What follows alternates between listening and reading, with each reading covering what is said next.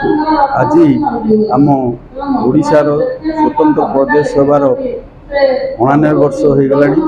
1936 April 1 Odia भाषाभाषी अंचल को नहीं ओडिशा प्रदेश गठन करा जायतिला, जहाँकि सर्वभारतीय स्तर में भाषा भित्तिक राज्य गठन प्रथम अवदान।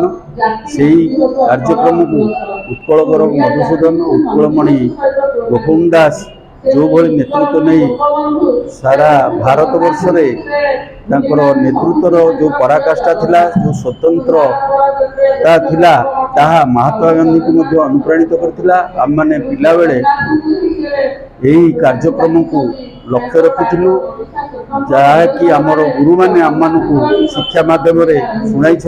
आमे सही समय जन्म न होते उत्कल गौरव मधुसूदन सानिध्य लाभ कर उत्कल सम्मिलनी सृष्टि मानस उत्कल सम्मिलनी में जड़े साधारण सभ्य भाव रही कार्य कर जो आनंद अनुभव करूँ अन्य कौन संगठन में आम मैंने आत्मीयता पाई पार। जय जगन्नाथ।